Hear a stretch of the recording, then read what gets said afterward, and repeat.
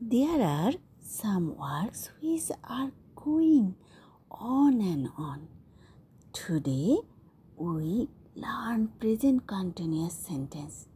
Welcome to TD Learning Center. Let's start.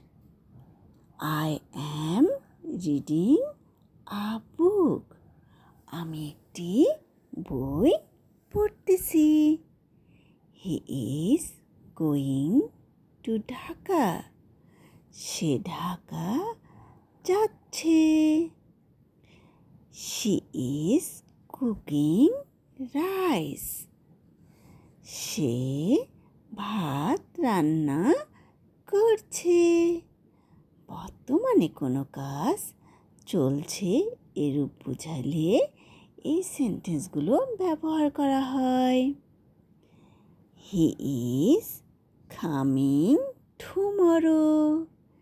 সে আগামীকাল আসছে. I am coming back soon.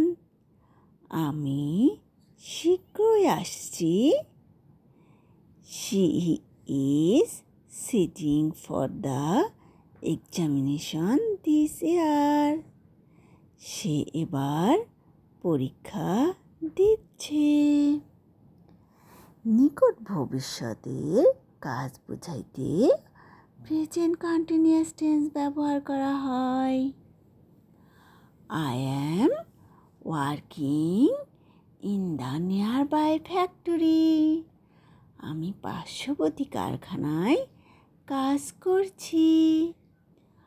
I am reading in this school. আমি এই স্কুলে পড়ছি. ইদানিং কাজ হচ্ছে এরূপ বোঝালেও প্রেজেন্ট কন্টিনিউয়াস টেন্স হয়. She is cooking food even in this old age.